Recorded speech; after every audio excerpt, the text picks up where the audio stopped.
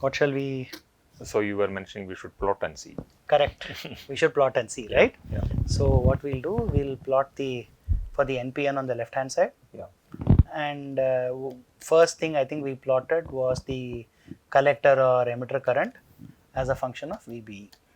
That is what we did for the NPN. And we said BJT. Sorry, for the NPN BJT. Correct. For the NPN BJT. And we said it does this and then it goes almost exponential, right? So this is exponential. Now we want to do the same thing for the N MOSFET. Here we will IE corresponds to ID, VBE corresponds to VGS, right? And until VT, no current. Correct. Until VT, no current. So we'll mark VT here.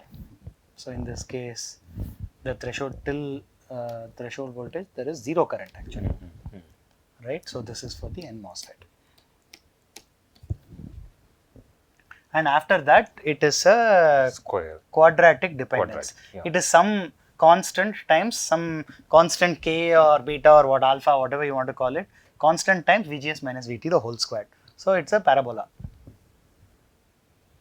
Something like this. So it's less steeper compared to the other one. Correct. It is less steeper and we have to draw it like that also, right? So if you take some same voltage, right, and apply it to a BJT and a MOSFET, normally you would expect the BJT to have more current, no? So you take the same voltage, apply it across the base emitter, and here you apply it across the gate source, you will get less current in the because MOSFET. one is exponential, other one is... That is correct. So in fact, that is one reason, like you pointed out, we assume that this is just 0.7 volts. You cannot assume that for the VGS. Correct. It's a good point you brought up. Correct? So in the case of the MOSFET circuits, you have to calculate VGS all the time. So for the transistor, amplifier, etc., this GM was coming from this slope. No? From this slope, correct. We that kind of dependence may be there. For dependence may be there. We will do that. We will do that. Okay. The other thing we did was the output characteristics. Yeah. For the BJT. And shall we draw that? Yeah.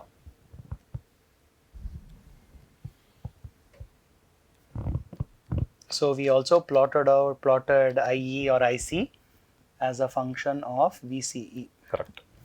And we said, you know, for an ideal BJT, it is flat, right? There are some non-idealities. We have not taught them yet. Yeah. But in a more advanced course, they will learn about the non-idealities. Correct.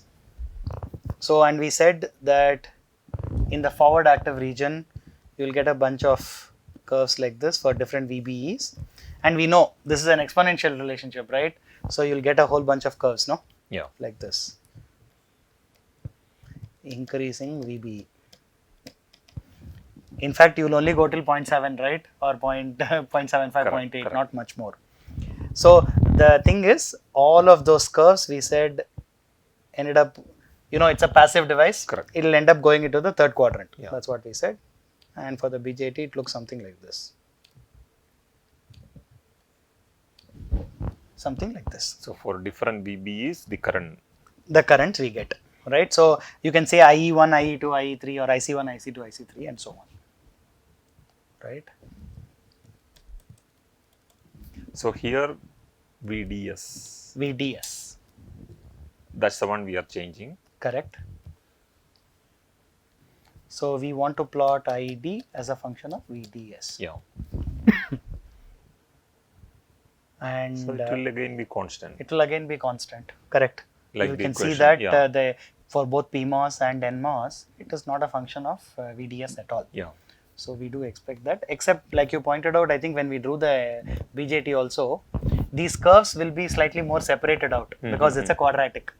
We are trying to plot this quadratic in the some set of curves, third dimension in some sense, right? So you will get increasing VGS. As you increase VGS, you will move along this curve, no? Yeah. So you will get a different ID.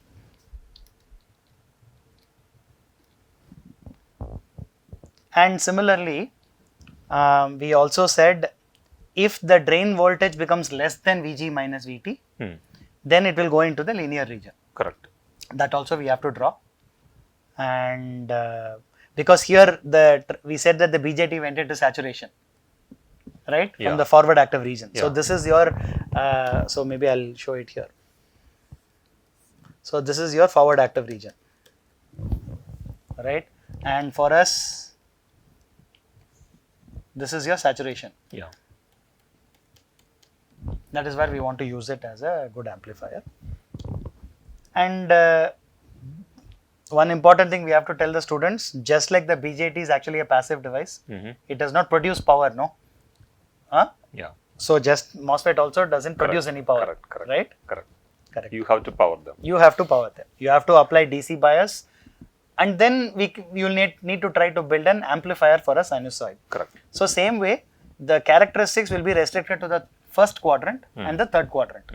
So what will happen is that you will eventually go into the third quadrant. Okay. And some slight difference is there. So you'll get a slightly different characteristic.